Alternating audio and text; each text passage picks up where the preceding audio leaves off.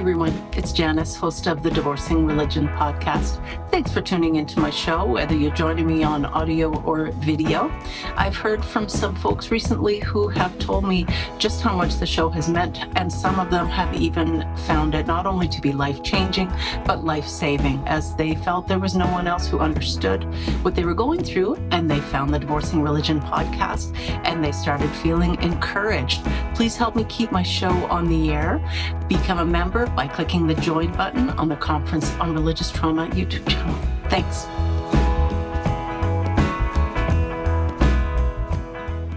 Hi, everyone. Welcome to the Divorcing Religion podcast. I'm your host, Janice Selby. I'm a registered professional counselor and a religious recovery consultant. I do have content warning for our show today. We will be talking a little bit about human trafficking and forced labor. And with that said, my guest today is Jeff Beaumont. Jeff was born into Scientology and educated at the local Scientology school in Vancouver, BC. At age 14, he was kidnapped and trafficked to the USA to perform labor in the Sea Org branch of Scientology. During that time, Jeff was forced to disconnect from his mother, who was out of Scientology at that point. On returning to Vancouver, he spent about 10 more years on staff at the Church of Scientology. In 2012, Jeff woke up, and he has been working on his recovery ever since. Recently, he started speaking out against the abuses of Scientology on YouTube and podcasts. His YouTube channel is called PTS for Life, and I want to thank my dear friend Heather for telling me about Jeff. Heather's been a big supporter through my own deconstruction, and I'm grateful that she connected me with Jeff. So welcome, Jeff. It's nice to have you here. It's really good to meet you, and thank you for giving me the opportunity to talk to you. A fellow British Columbian. That is wonderful. I don't often have fellow British Columbians on my show, so that's really nice. And I do love Vancouver. Anytime I have the chance to get down there, it's just such a beautiful city. Yeah, and I love Kelowna, so we'll have to meet up sometime. For sure. So a couple of things from the introduction there. Boy, when you say that you did 10 more years then on staff for the Church of Scientology, we have a lot of viewers and listeners to this podcast who were clergy, who spent a lot of time, invested a lot of time, energy, resources, sacrificed a tremendous portion of their life to the religion called High Demand Group that they were involved in. And starting over can be rough because you've invested so many years. So you're in very good company here. Yes, awesome. Yeah, that is one thing I've learned since speaking out, actually, is the similarities. And I'm not alone, which is really, it's heartening. It's disheartening at the same time, but it's heartening to know that I'm not alone. And there are other people who understand what I did go through. Because up until recently, I haven't really been looking at that aspect of it. I've just been kind of looking in, whereas now I'm looking out, which feels good. Yeah, totally agree. I wonder if you would tell us a little bit about your childhood. So your mom got out at some point, so obviously she was in at some point, and that must have been when you were born, when she was deeply involved in Scientology. Yeah, so both my parents are actually from, my mom's from Edmonton area, but they were both met in Toronto at the Church of Scientology there. And that was in the 70s. And when I was born in 1982, they basically 3 months after I was born, they trucked off over here to BC, and they were both involved in the local organization here. Both were on staff. My mother left staff around 1990-ish. Because of some internal stuff with the organization and some disagreements. Also, at that time, my parents had divorced, and basically, my mom had custody of me, but I didn't like the person she was living with, and so I requested to go live with my dad, and he was still very involved in Scientology and sent me to a Scientology school and everything throughout my entire life.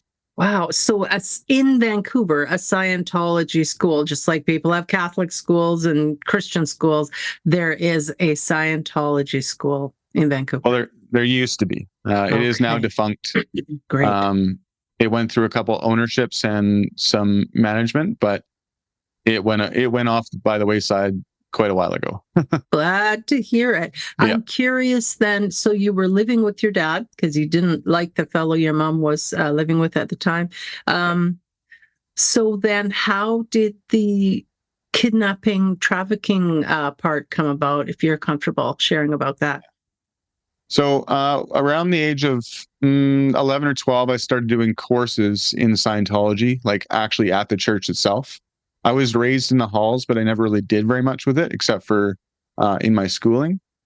When I was 14 years old, there was what's called a mission, which is basically Sea Org members who go around and recruit people for the Sea Org. That's their whole purpose. It's just to, usually children, to convince their parents to give up their kids and send them off to the Sea Org.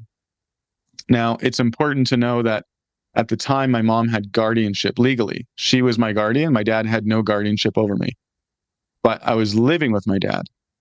So he said it was okay that I go, but in fact, my guardian didn't. So my guardianship was transferred to another Scientologist in LA illegally. Her name was Judy, and she was a family friend. But because my mom didn't know that I had even gone down, she freaked out, obviously, rightfully so. And I was pulled back up to Canada to convince her that this is what I wanted to do and not what the church wanted me to do. I was coached intensively before that on what to talk to her about, what to say, what not to say. And eventually I did convince her. But the initial action of me going down there was kidnapping, because technically, legally, I wasn't allowed to go. So I was a minor. Yeah. Wow. What a hard time that must have been for your mom. that must have just been brutal. And so, like you say, you were coached in what to say to your mom. And then was the Sea Org what you thought it would be? First of all, what is Sea Org for people who are unfamiliar? Is it actually on the ocean? Is there a boat? That's a good question. So originally, yes. So the Sea Org was started in 1967, and it's basically the most dedicated members of Scientology. The Sea Org itself actually doesn't exist as an entity. It's not a legal entity at all. It's just a bunch of people that work together with a common purpose. The Sea Org is what people generally think about with Scientology, about the billion-year contract, where you literally sign a contract saying, I dedicate myself for the next billion years. And essentially all it is a slave labor camp. They get paid about $50 a week, usually in the States at least. And they work approximately 80 to 100 hours per week. It's 7 days a week. If you're doing well, like you're producing, then they will give you a little bit of time off on Sundays to like do your laundry and go get your, deodorant and stuff like that. But it is literally like 7 a.m. till at least 11 p.m. working, all for the aims of Scientology. I mean, you were 14 years old. How can a 14-year-old body stand to be working 80 to 100 hours a week? Yeah, that's a good question. So when I was down there was a big evolution or a project to release some materials. And the longest I worked straight without stopping was 36 hours. And without stopping? Yeah, no stopping. So stopping for obviously food every now and then. But I was working as a Canadian in the California desert in Gilman Hot Springs, which is where the secretive gold base is for people who follow Scientology. It's where the international base is for Scientology. 110-degree heat, like not something I'm used to. And unsurprisingly, shortly after that, I had an accident where I burnt my leg. And that got me into trouble for burning my leg. Because I was exhausted, of course. And that leads into a whole thing where, as you mentioned in the intro, where I had to disconnect from my mom because she was essentially being blamed for why I was having accidents and so forth. Yeah. So it's a whole story. Wow. So Sea Org isn't necessarily on the ocean. You actually were in the desert, but it's the very dedicated slave labor part of Scientology. And so how long were you in there? Were you still getting any schooling at that time? No, I was not. That's the funny thing, which I didn't really think about. The main reason, there's two reasons I joined the Sea Org. One was because I didn't like school. And I was a fairly decent student. I just didn't like it. Now that I look back on it, I think I just didn't like the school I was in, right? Scientology based school. But the other one is my main purpose in life was and still is to help people. And I was under the impression that by becoming what's called an auditor or a counselor in Scientology, that I was going to be helping people on the highest level that I possibly could. And so that appealed to me.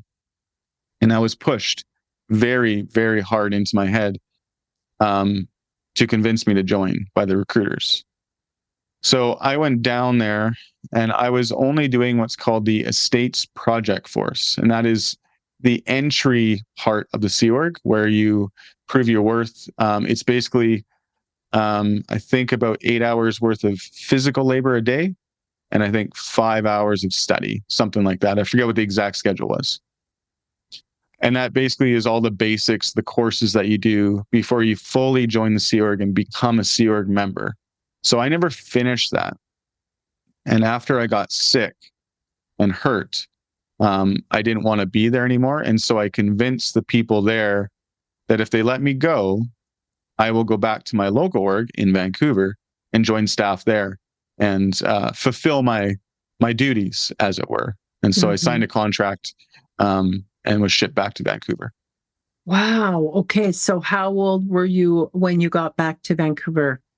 Same age. I was, and it would have been 14 because I was only there for about 3 months. You were so smart to think your way out and navigate your way back from that. I'm really glad you were able to do it because who knows what would have happened if they had kept you, just grinding you down at that speed. That's just so unacceptable. It's really breathtaking. And so you got back to Vancouver, but you were disconnected from your mom. Yeah. So basically, I'll give a very quick overview of how it works.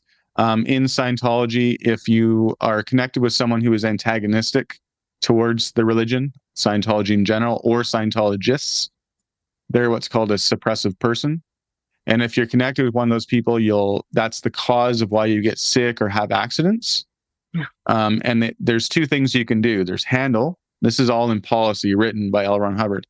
You can handle, which was not going to happen because, for various reasons, or disconnect. Those are the only two options. What's handle? Well, so handle would be like if the person's objections could be gotten over, like they had an idea that Scientology was this way, and you could educate them and basically change their mind and stop them from being antagonistic somehow. Right. That wasn't going to happen with my mom for various reasons. And, much like me, she's very stubborn. We were both, that's where I get my red hair from. So we tend to be stubborn. Awesome. And so what they did, and without any real desire to try and handle, they told me that I had to disconnect. And I actually have a letter written in my own handwriting. Sorry, this is difficult when I think about it now.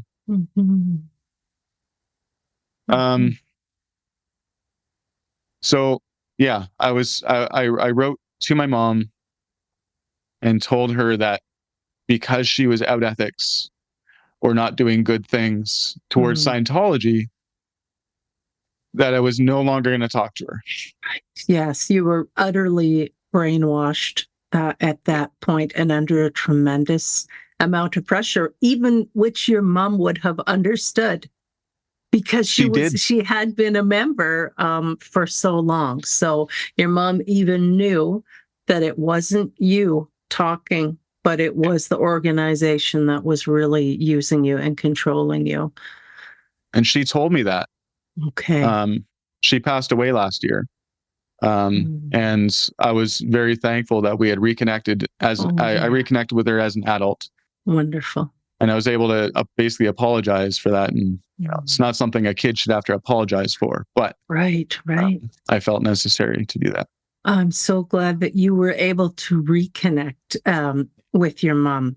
I imagine she probably had some of her own insights and apologies in whatever way or version, just things to share with you as well, because it's also painful to see how we have hurt our children. So I'm really glad that you had that opportunity to reconnect with her. So you came back and now you're back in Canada. Did you go back into the Scientology school, like a high school situation, and then you're also working part-time at the church, or what happened then? No, they never put me back in school. And I might have at one point had to do some basic courses.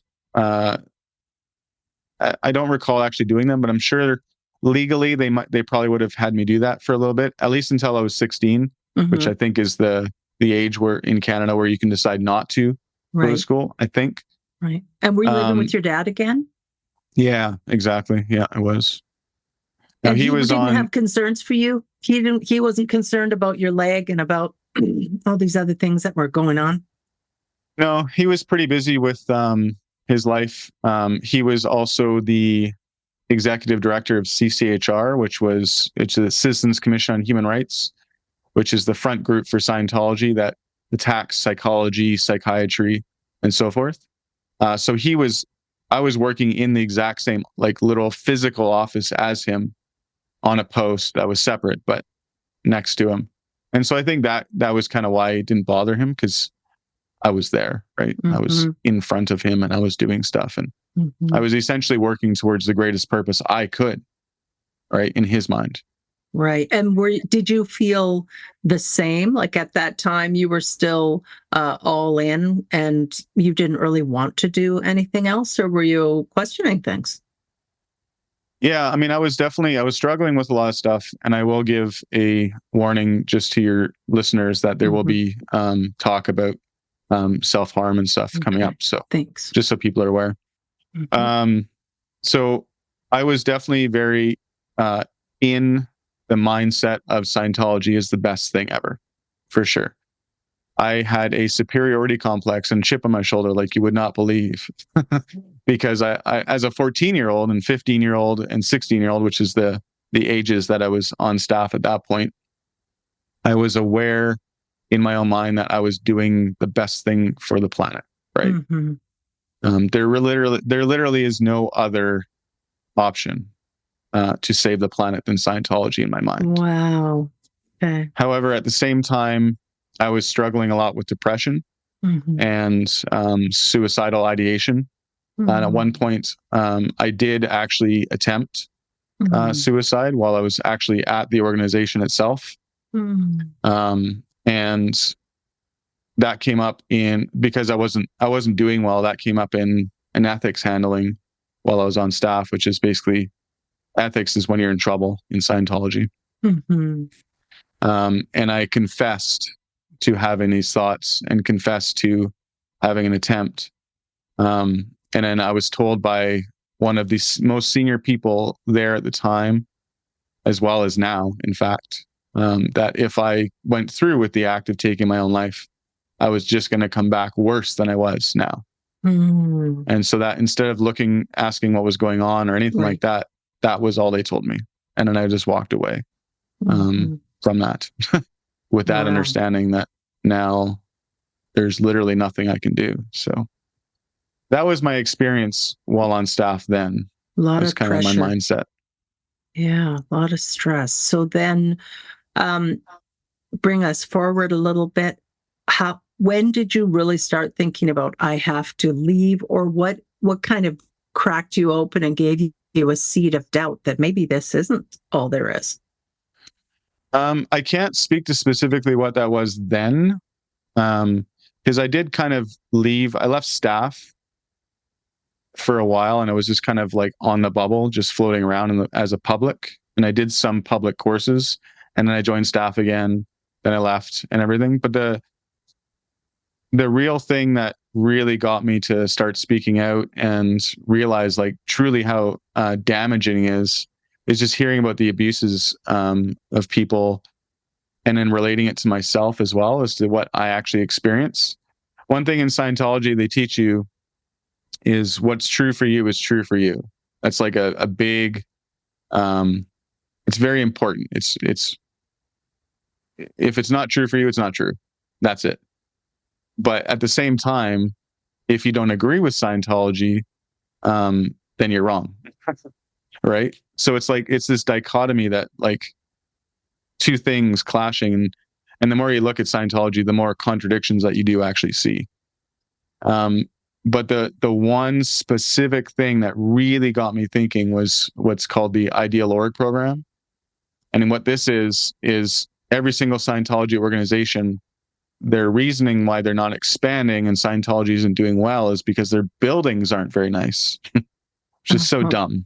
Mm-hmm. And so they're constantly fundraising for a new building. And in fact, for Vancouver, they've been doing it for over 20 years and still haven't got enough money to buy a new building and everything. But that constant like digging in for money, and that's all the focus was like all the staff meetings was money.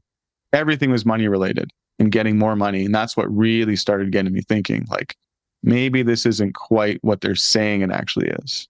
And that's kind of when I started fading away and looking at stuff. The internet's a very powerful place for people who are questioning. Right. And had you been advised to protect yourself, I got my air quotes going, protect yourself on the internet by not reading anything critical of Scientology? Were those rules at play? Yeah, for sure. I mean, that was always drilled into my head because my dad being in the position that he was in, his job was literally to look at the media and see what bad things are being said about Scientology. And so that like, that's constantly drilled in your head that anything that media says is lies, right? If it's about Scientology, if it's not positive, it's a lie. And then so that's constantly drilled in. It makes it very easy to self-police and realize or think to yourself that what you're thinking is not actually true. You're basically gaslighting yourself, right? Mm-hmm. Wow. When most people think of Scientology, I think we probably picture Los Angeles and the building, the blue building or whatever buildings are there, and famous movie stars that are involved in it. And I recently had the pleasure of interviewing Margaret Atwood, Canadian author and icon, and she wrote The Handmaid's Tale, which became a TV show, and it's all about, fundamentalism gone completely amok in society. And the woman who starred in the show as the main handmaid is a Scientologist. Yeah. And I was like, holy, that's wow. When we are in something, we often just don't see it. We're able to compartmentalize things to such a degree that we don't see the forest for the trees. It's really incredible. And Elizabeth Moss is a hardcore dyed-in-the-wool Scientologist. Very, very, very involved. And is it your understanding or even just your thoughts on it? Are most people born into it, or in places like Los Angeles, do actors get sucked in because there are producers and whatever people who can help them get up the chain in Hollywood involved? I think that people have a wrong understanding of how popular Scientology is in Hollywood. I think because there are a few and were quite a few big names. The names that are big right now, it's really just Tom Cruise. Not even I guess John Elizabeth Travolta Moss, anymore? Sorry? John Travolta? He is, but what's he done lately? Most of his movies, he's like basically a B or a C level actor at this point, right? But the bigger names that are out now, Michael Pena, Elizabeth Moss, And a bunch of them are leaving. I mean, Danny Masterson just got sent to prison for 30 years for stuff that he did as a Scientologist, and was condoned by Scientologists. I won't go into what he did, but you know, the popularity of Scientology in Hollywood is not there like it used to be. Oh, I just think people realize it's bad for their careers, you know. Okay. And there are no celebrity Scientologists that are allowed to talk about Scientology right now. They're not allowed to. Really? They actually sign. Yeah, they sign agreements. Like, let's say, I think it was Jimmy Kimmel recently had Elizabeth Moss on, and he had to sign an agreement that he would not mention anything about Scientology, and no interviewers are allowed to mention it. They sign contracts, and if they don't sign it, they just don't get the interview. So it really is a very taboo subject right now, more so than I think people realize. Right. Okay. And on the topic still of contracts, I think back to a few minutes ago when you mentioned the billion-year contract. And so those of us who aren't Scientologists have often heard of this billion-year contract. And I know some people can get into the eye rolling and how ridiculous that is, but I would like to remind people that encouraging your 3-year-old or your 5-year-old to say the sinner's prayer and to commit themselves for the rest of their life to following Jesus and following God, that is the same as a billion-year contract. A child's oath, pledge, covenant, vow, promise would not hold up in a court of law.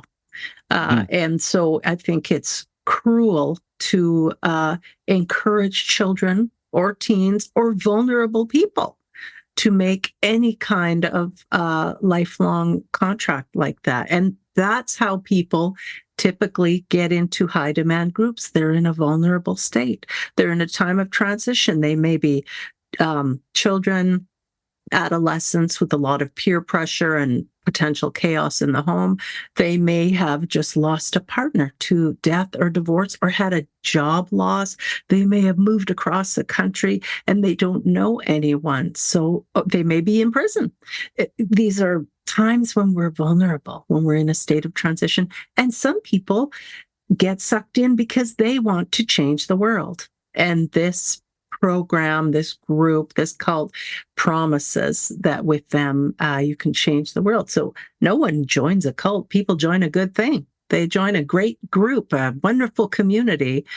So really, we mustn't sit in judgment of people who fall into these groups. Yeah, absolutely. I will answer a question you asked just shortly before that in regards to this too, is in Vancouver, most of the people who are on staff now or involved in Scientology are older people, as in not older people, although they are, but people who have been involved for quite a while. And then also the second generation of those people. So I actually recently visited the Church of Scientology of Vancouver, BC, I should say, and did a little bit of filming outside, and that didn't make them very happy. But most of the people who arrived for staff and so forth were all the same people. And I had a conversation with one of them, and I said, "So how's things going here?" Because him and I used to be very good friends, and I still consider him a friend. Okay.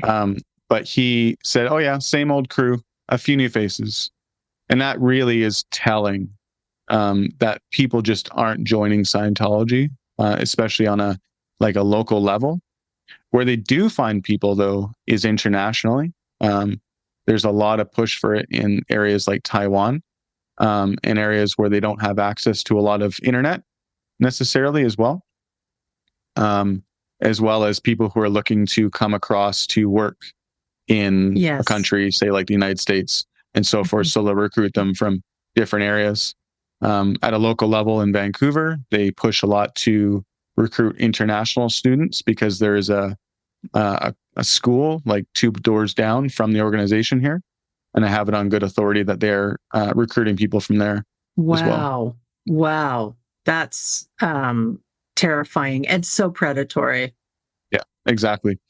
They don't know anything about Scientology, And in fact, when I was down there standing outside filming the organization, I had conversations with some international students and was basically educating them on what it actually is, as opposed to what they say they are.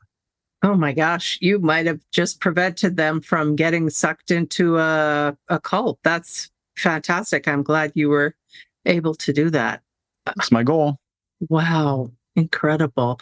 So you left Scientology, and then you were just kind of back in the regular world. But you had it been kind of fits and starts with you leaving? You had kind of left before and went back, and so it maybe wasn't as shocking as it was for someone like Chris Shelton, maybe, who left and he was kind of right out in the regular world, and so you had a bit more gradual integration there.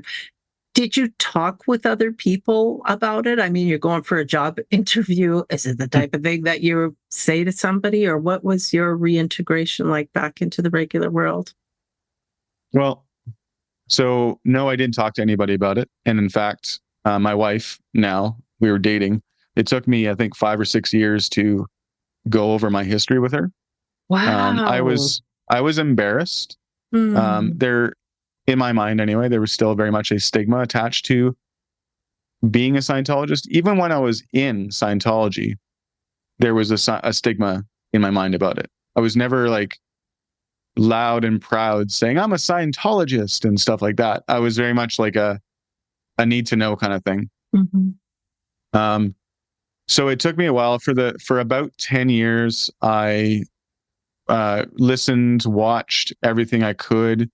Very, very much like Chris Shelton's material. Like, he was so instrumental in my understanding of what Scientology really was with his videos. And him and I talk every now and then. I've done a podcast with him, and yeah, he's still like, it's amazing how much content there is for someone who's wanting to know the truth about what it actually is and how it works. It's quite remarkable. So you guys should definitely go check that out. Chris Shelton, MSC. Yes, that's right. He was on your program as well, as you mentioned. But anyway, so I spent about 10 years really watching and reading everything I could about what it is. And last year is really actually when I really started talking to ex-Scientologists who are out.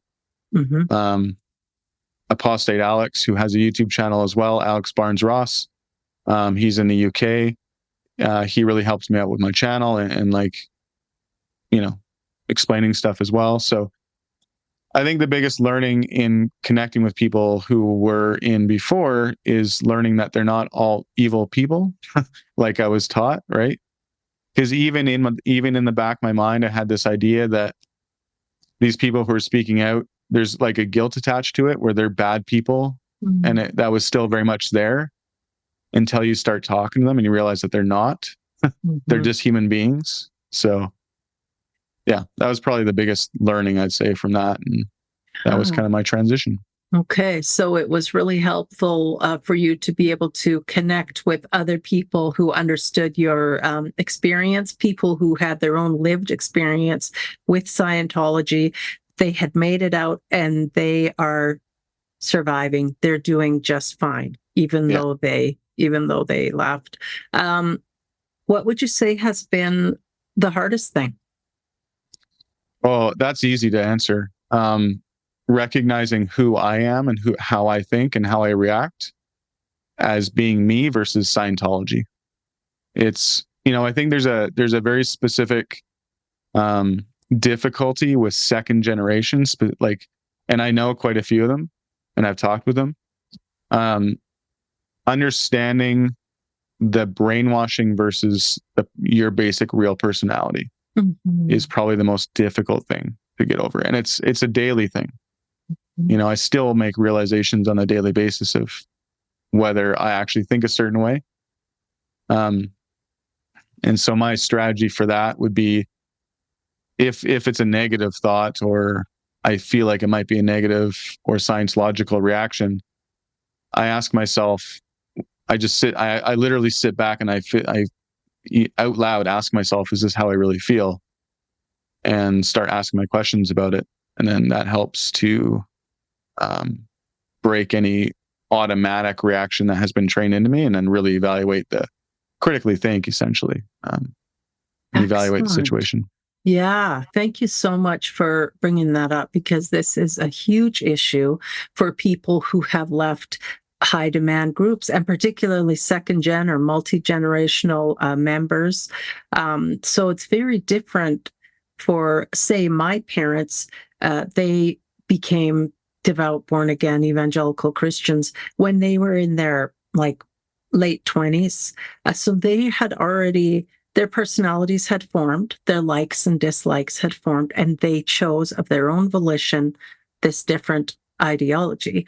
I didn't have that opportunity, nor did my siblings. We were raised believing this is the only way. This isn't just one way. This is the only way.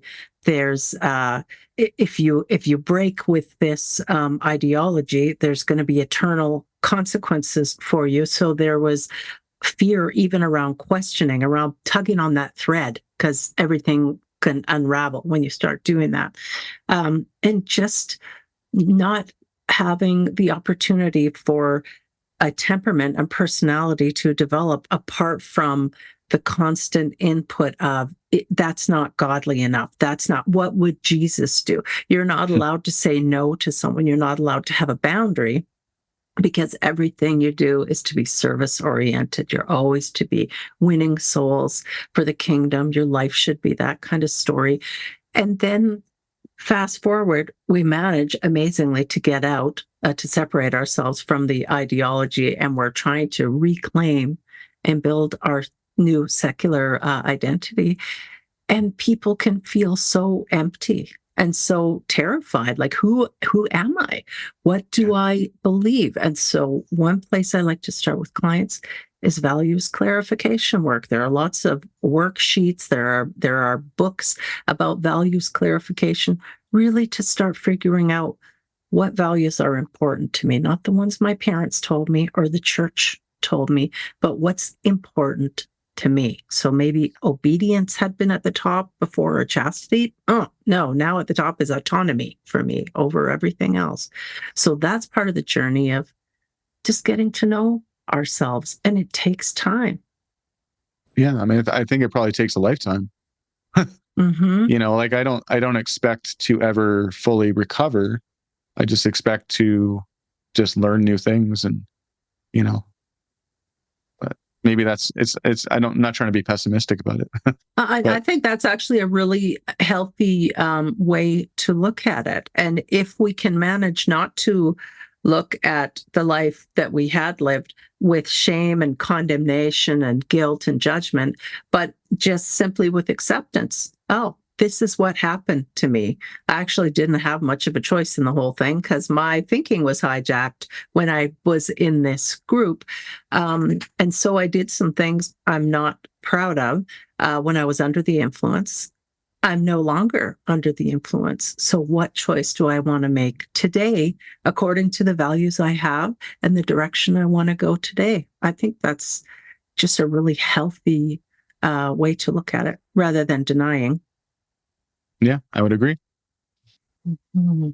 It's not always easy, but it's something. Yeah, you just have to work on. So Right. yeah, and I would like to mention, like, and I think this is probably going to resonate with a lot of people, what you said about purpose. For that 10 years, like with Scientology, and I'm sure with other ones, but with Scientology, you're not just working for your own salvation, I suppose you could, as a term you could use.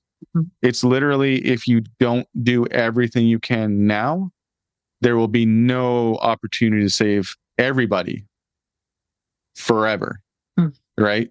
And Wow. I'm not talking about like next lifetime or whatever. It's forever. And so it is really, really pushed that you must do everything now, and everything's urgent. It's got to happen now. And so when you leave something like that, and now you're just like, working a regular job and doing random stuff, having fun, it's really difficult to like find that purpose and feel like anything has any value. Mm-hmm. Right? Which is something I've struggled with even now. So I think it's important really to mention that that's normal, right? Like Yes. it's important to find something that is important to you and work on that, Yeah. which is what Excellent I'm point. trying to do. So Right. And so one way that you're scratching that itch for yourself is through your YouTube channel, um, interviewing people, being a guest on other people's podcasts, shedding light on your own experience as a way to validate other people's experiences and let them feel supported and to know that there's help out yeah. there. It's the idea of purpose and meaning is such a profound part of um, being human. And in religion, that's given to us. It's kind of forced on us. We're told this is your purpose. And so we're surrounded by other people who believe in that purpose, and there's camaraderie and identity. And then when that's no longer our purpose, it can really plunge people into kind of existential angst.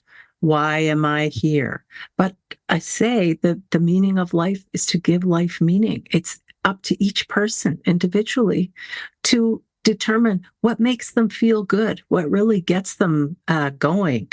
And that is part of your meaning.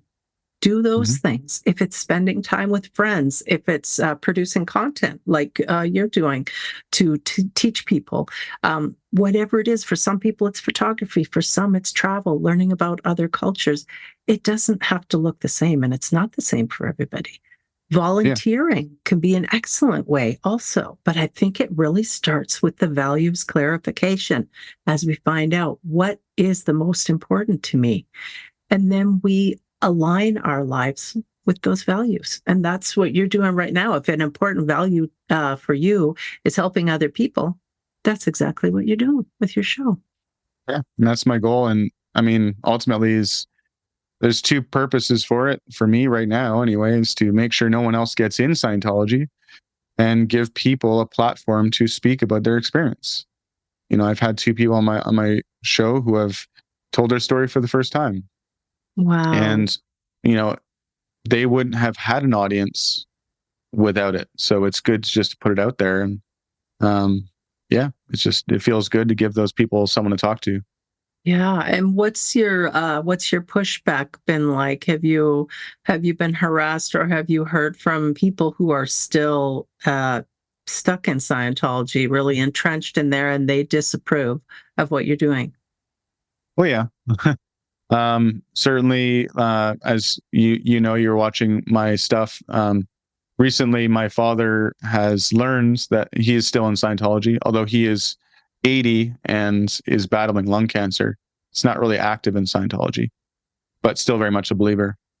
He has recently been told by my sister, my half sister, that I was making videos on the internet, and he said it was disgusting, and he hasn't watched any, and he has, as of a few weeks ago, has disconnected from me completely, because I'm making videos on the internet. Wow. And that's just the Scientology way. I also have another person who his family learned that they were speaking to me, and I'm a known anti-Scientology person, and they have officially disconnected from him as well as of a couple days ago. So Scientology likes to say that's not a thing, like disconnection. Oh, we don't do that. We're all about the family connection and all that bullshit. Excuse my language, but it's absolute lies. They immediately disconnect and stop talking to anyone who is speaking out against it. But what they'll do is they'll say, "Oh, that's my choice. I choose not to talk to you." But in fact, it's not true, because it's Hubbard policy. Mm-hmm. Oh, wow. So And that's the main pushback. it's so painful. And really, in other terms, we might refer to it as shunning.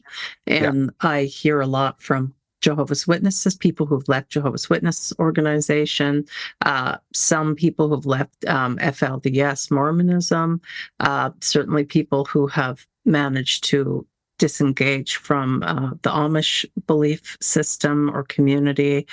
And it's just so painful. I mean, it's hard to imagine as a parent what my child could do that would make me separate from them. That in itself tells us that it's a form of brainwashing, mental hijacking. People are acting under the influence because it really goes against our evolutionary way of needing community and nurturing bonds that we have in families.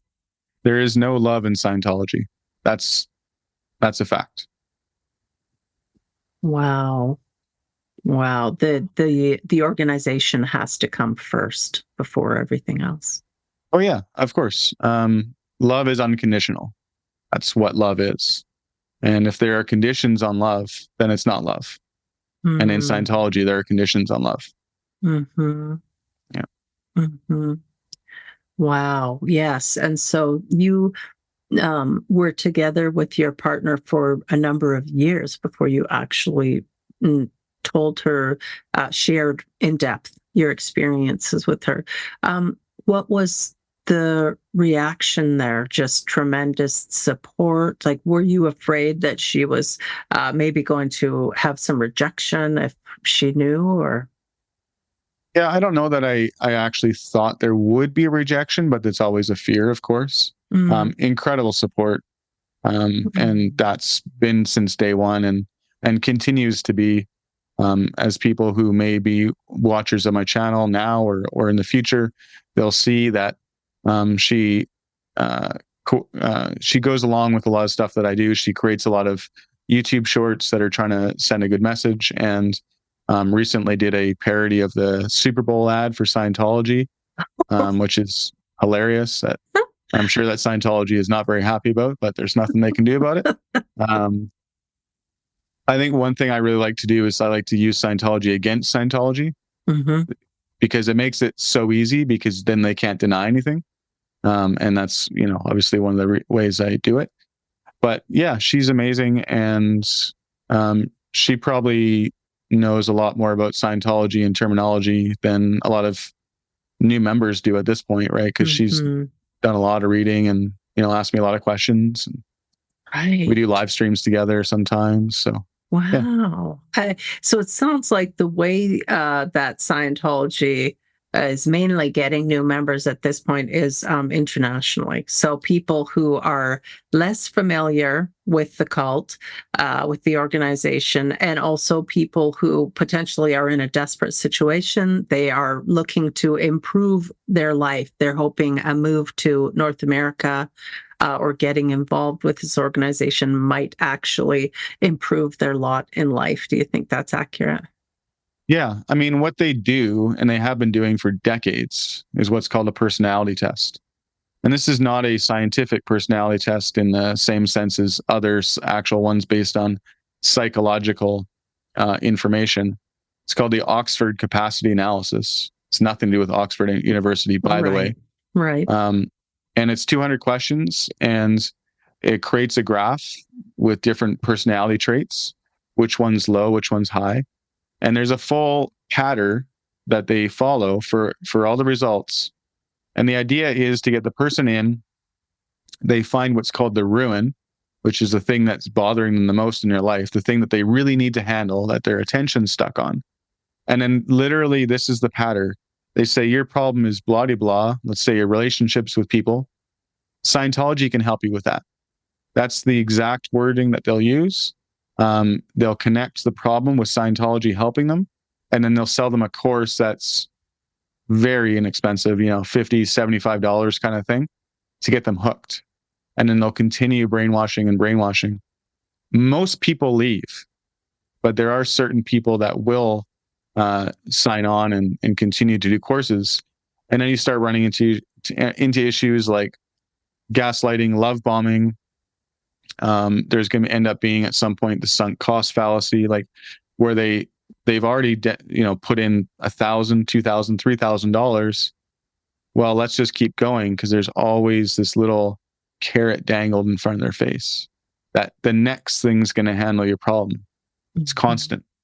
And that goes up until you reach the upper levels across the bridge, and you get to the end and realize that it's all just a nothing burger. And you just spent hundreds of thousands of dollars for nothing.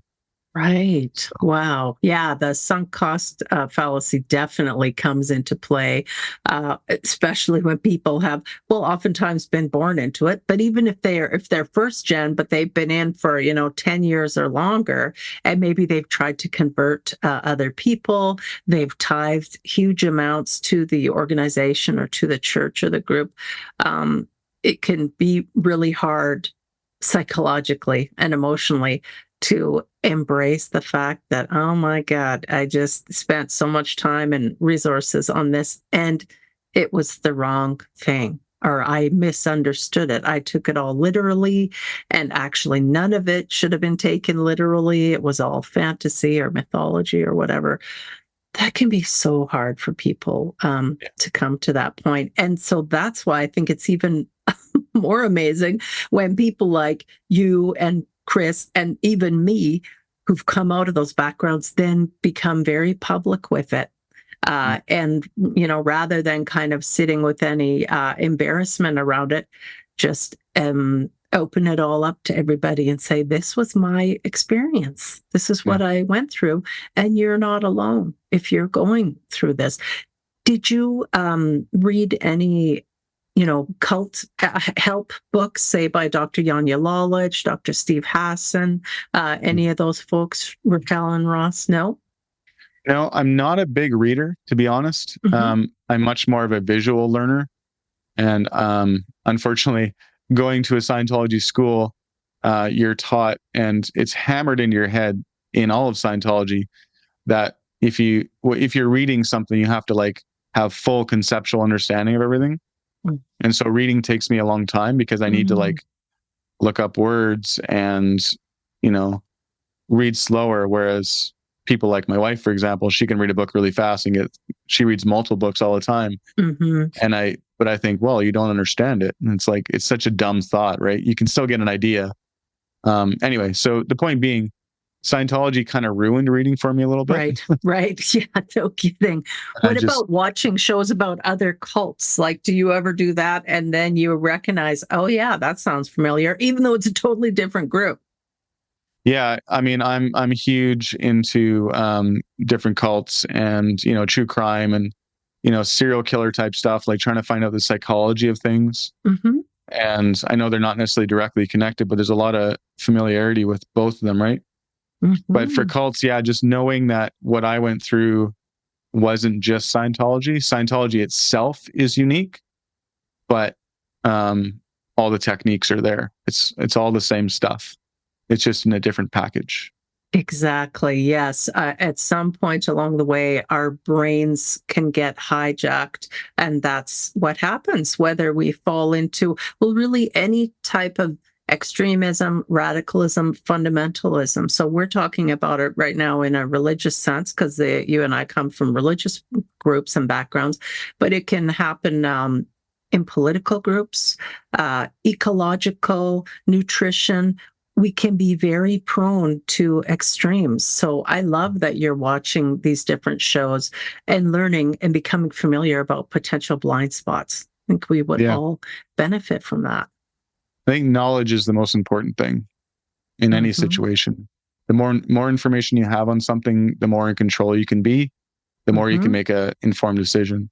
I think it's simple. It's not exactly complicated, but I think so people lose sight of that. Right. They read something and they respond. They don't take a look to see if it's actually true or not. Oh, it's so true. Yeah. And we've been primed to have emotional reactions rather than to think critically and sit with things. Like the way you said, you'll sit and think. If you can feel an emotional response to something, then you take the time actually to sit with it and consider, well, now, is that a Scientological, that's the word you used, reaction, or do I really feel that way? And that's marvelous, giving yourself that space to figure out what's really going on. Thank you so much for spending time with me today. How can people find you? Well, they can find me on YouTube at PTS for Life. I do have an email that's for that account, is iamptsforlife@gmail.com. If anyone wants to send me a message and say hi, I answer everything, I read everything, and I like connecting with people. So Awesome. This is great. I've really enjoyed getting to know you a little bit and hearing your story. If I can help out in any way with what you're doing, I'd love to be able to help. Thanks so much. Thank you for your time. Okay, everyone, thanks for joining us. And you can reach out to me. My website is divorcing-religion.com. I've just started a Tuesday night support group. It's free online. Go to my website. You can find out more. And I look forward to seeing you again soon. Take care, everyone.